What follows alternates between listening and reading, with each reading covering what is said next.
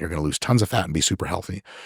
If you have minimal fats, like you take an essential fat supplement every day and the rest of your diet has no fat in it whatsoever, you're doing starches, grains, Gatorade, the whole 9 yards, but your calorie balance is set. You've generated a 250 to 750 daily calorie deficit and your protein is good. You're going to lose fat until the cows come home. And it's going to go super well.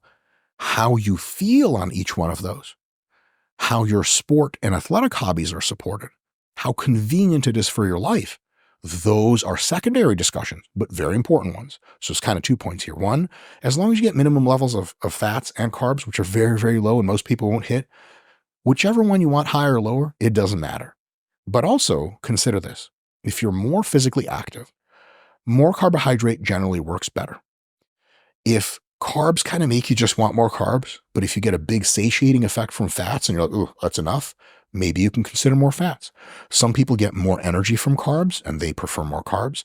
Some people get a more even-keeled mental clarity from lower carbs and higher fats, and their go-to is to have higher fats. Most people would be served best with an even combination of them, or roughly the same calories coming from fats and carbs, once your protein is taken care of, because in many cases that affords you the most flexibility in your diet. You show up to a restaurant with your friends, you're on a fat loss diet, and you look up what menu items you can eat. Obviously, you're on a fat loss diet. You're not going to eat 5 of the menu items and be a pig. But a lot of real food in the real world, it's tough to get zero carb. It's also real tough to get really low fat.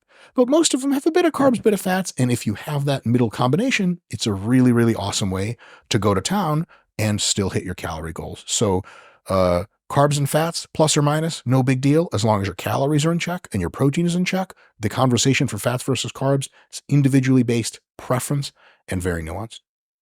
Is there a kind of fat which is best?